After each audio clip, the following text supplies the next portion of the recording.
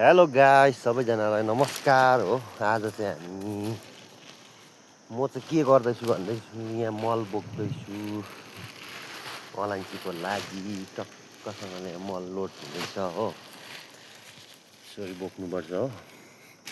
यस्तै छ गाइस जिन्दगी, के गर्नु, दुःख नगरी सुख मिल्दैन। आई होप मेरो भिडियोलाई like and share and subscribe गरिदिनुहोस् तपाईँहरूले हो।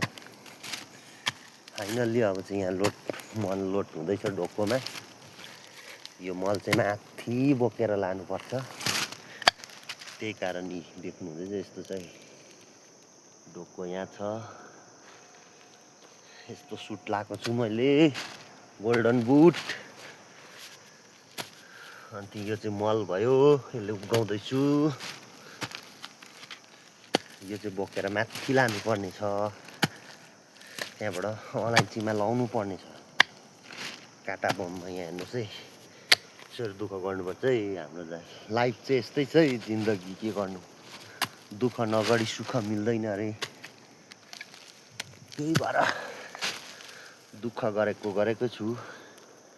एउटा हातले भिडियो पनि बनाउँदैछु, एउटा हातले लोड पनि गर्दैछु।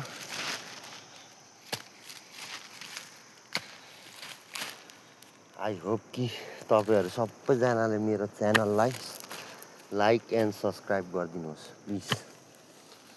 के गर्नु, यस्तै छ। म त भर्खर आएको, युट्युबतिर पनि भर्खर च्यानल खोलिरहेको छु हो। त्यसले गर्दाखेरि मेरो सब्सक्राइबर पनि त्यति छैन। तपाईँहरूलाई म रिक्वेस्ट गर्छु, please subscribe me, grow up the my channel.